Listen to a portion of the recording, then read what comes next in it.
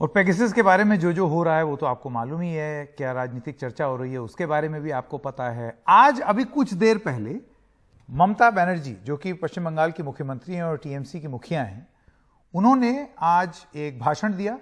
उस भाषण का लाइव टेलीकास्ट हुआ। यहां पर दिल्ली में भी कुछ लोगों ने बैठ करके देखा कॉन्स्टिट्यूशन क्लब में। तो पेगासस से कैसे निपटा जाए इसका एक तरीका इजाद किया उन्होंने। देखिए। Because of Pegasus, can you imagine? I have done one thing, I am showing you. देखो हम पूरा इसको प्लास्टर कर दिया। क्या करेगा? फोन लगा के क्या करेगा? कैमरा में पूरा तुल लेता है। हम ऑडियो में भी बात करते हैं तो, फेस टाइम में भी करते हैं तो, वीडियो में भी करते हैं तो, मैं कैमरा का ही पूरा प्लास्टिक प्लास्टर लगा दिया। एक गवर्नमेंट ऑफ इंडिया को भी प्लास्टर लगाना चाहिए, नहीं तो देश बर्बाद हो जाएगा, देश को बर्बादी हो जाएगा। तो पेगासस, प्लास्टर और पॉलिटिक्स, यही हो रहा है अभी पेगासस को लेकर के। यही है हमारा आज का सवाल। क्या ममता, और ये एक जरूरी बात है, देखिए विपक्ष में कई लोग जो हैं वो तरह तरह के सवाल पूछ रहे हैं। कांग्रेस पार्टी ने जेपीसी की मांग कर दी। एक जेपीसी की मांग जब भारतीय जनता पार्टी ने की थी, सब ठप कर दिया था, तो जेपीसी के लिए मजबूर कर दिया सरकार को। और एक अभी की मांग है कि वो मांग है भी और आई गई होगी। कांग्रेस की ये स्थिति हो रही है कि दो प्रेस कॉन्फ्रेंस हो रही हैं। तो पहले वो यही नहीं तय कर पा रहे हैं कि कौन पूरे दबदबे के साथ सरकार पर हमला बोलेगा। तो क्या ममता ही लेंगी पेगासस पर मोदी से लोहा, जिस तरीके से वो उग्र हो गई हैं और अभी चुनावी मैदान में भी हराया है। ये हमारा अभी का बड़ा सवाल। सूरत सिंह है, नेता भारतीय जनता पार्टी के। अब से कुछ ही देर में हम उम्मीद करते हैं कि तृणमूल कांग्रेस के प्रवक्ता मोहम्मद शाकिर अली भी हमारे साथ जुड़ जाएंगे।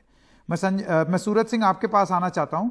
आपने सुना होगा कि अभी ममता बनर्जी ने अपनी प्रेस कॉन्फ्रेंस में जो उन्होंने अभी प्रेस कॉन्फ्रेंस नहीं, अभी जो उन्होंने भाषण दिया है उसमें उन्होंने क्या किया, अपने फोन पर उन्होंने प्लास्टर लगा दिया। उन्होंने बोला कि अब देश को भी प्लास्टर, खास तौर से जो सूचना है उस पर अगर इस तरीके से प्लास्टर नहीं लगाया तो देश बर्बाद हो जाएगा।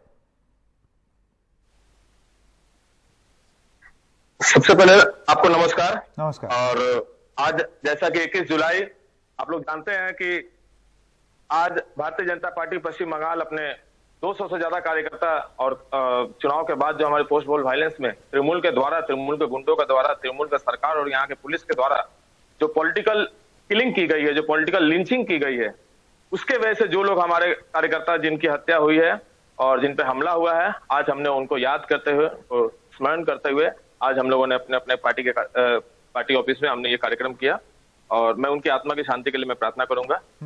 जैसा कि आज 21 जुलाई का कार्यक्रम है, ममता बनर्जी जी का सबसे पहला जो ये प्रॉब्लम ये है, हम लोगों को जो लगता है कि तृणमूल कांग्रेस जो शहीद दिवस मनाती है, ये शहीद दिवस तृणमूल कांग्रेस का है ही नहीं। ये कांग्रेस का कार्यक्रम था और जिसको ममता बनर्जी ने हाईजैक कर लिया।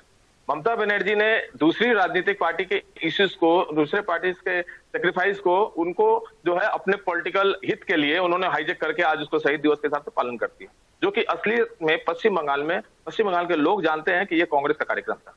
आज उन्होंने जो पेगासस को लेकर जो उन्होंने कहा है कि प्लास्टर लगाया उन्होंने मोबाइल फोन, मैंने उनके पूरी बयान को मैंने सुना नहीं है, लेकिन मेरा ये मानना है कि प्लास्टर तो आज लग गया है पश्चिम बंगाल के लोगों के पूरे शरीर पे। जिस प्रकार से पोस्ट पोल वायलेंस में हमारे कार्यकर्ता, हमारे लोगों को और बंगाल के तमाम लोगों को जिन्होंने तृणमूल कांग्रेस के विरुद्ध में आवाज उठाई, उनके ऊपर प्लास्टर लगा हुआ है, उनके मुंह पे प्लास्टर लगा हुआ है। आप लोग जानते हैं कि किस प्रकार से कार्टून बनाने के लिए हमारे यहाँ पर गिरफ्तारी की जाती है एक महिला की।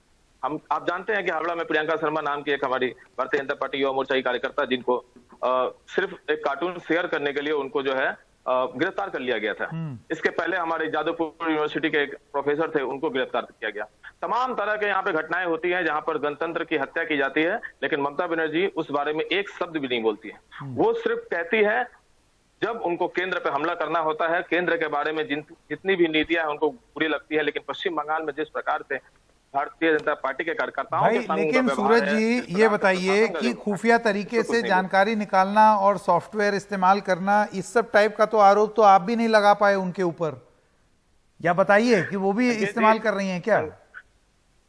संकेत जी, मैं आपको बता दूं कि प्रशासन, पश्चिम बंगाल का प्रशासन, यहाँ के जितने भी डीएम हैं, यहाँ पर जितने भी एसपी हैं, थाने के जो प्रभारी हैं और थाने के जितने भी ऑफिसर हैं, phone call Bharatiya Janata party के किसी भी कार्यकर्ता का, किसी भी नेता का नहीं उठाते हैं।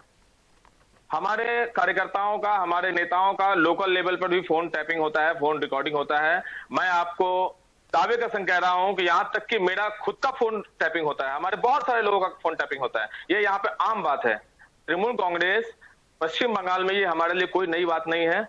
अपने प्रशासन के लोगों के ऊपर भी उन्होंने नजरदारी करती है। तृणमूल कांग्रेस को अपने पुलिस प्रशासन पे भी भरोसा नहीं है। हमें कई बार तो पुलिस वाले बोलते भी हैं कि आप लोग व्हाट्सएप में बात करिए, हम लोग कॉलिंग करके बात नहीं कर पाएंगे। ऐसी स्थिति है। यहाँ के प्रशासन, यहाँ के जो सरकारी अधिकारी हैं, उनको भी डर लगता है। भाई ये तो फोन पे मेरे बात ख्याल से करने एक पे। अनस्पोकन सीक्रेट है, जिस तरीके से लोग बोलते हैं ना कि तो हर कोई एक दूसरे की बात सुन रहा है, हर कोई एक दूसरे की बात सुन रहा है, सब फोन टैप किए चले जा रहे हैं। तो क्या पेगासस और क्या क्या बात। लेकिन बहुत बहुत शुक्रिया सूरज सिंह जी। संकेत जी, आज जो आरोप लगा रही है ममता बनर्जी भी, ये भी अनस्पोकन है, ये भी कोई ऑथराइज नहीं है। आज जो विपक्ष जो मुद्दा बना रही है, ये भी कोई ऑथेंटिसिटी नहीं है इसकी। कोई भी एक महज एक डेटा के हिसाब से आप किसी पर आरोप नहीं लगा सकते हैं। नहीं, क्यों नहीं लगा सकते? तो मेरा मानना है कि ये भी आधारहीन है। क्यों नहीं लगा सकते? अब वो एक इतने सारे पत्रकार अंतर्राष्ट्रीय स्तर पर उन्होंने एक जांच की है। अब आप जब उस पर इन्वेस्टिगेशन करेंगे आधिकारिक रूप से, तब तो समझ में आएगा। सरकार ने यहां पर यह तक नहीं बताया कि वो पेगासस इस्तेमाल करती है या नहीं। और सरकार अगर ये कह रही है कि ये फर्जी जांच है, तो आप अपनी जांच करा लीजिए। कुछ भी तो नहीं हो रहा है। संकेत जी, सरकार ने लोकसभा में खड़े होकर ऑन रिकॉर्ड उन्होंने अपना बयान दिया है और तमाम चीजों के बारे में उन्होंने ये नहीं बताया कि वो सॉफ्टवेयर इस्तेमाल करते हैं। 2 साल से हम इस चीज का इंतजार कर रहे हैं।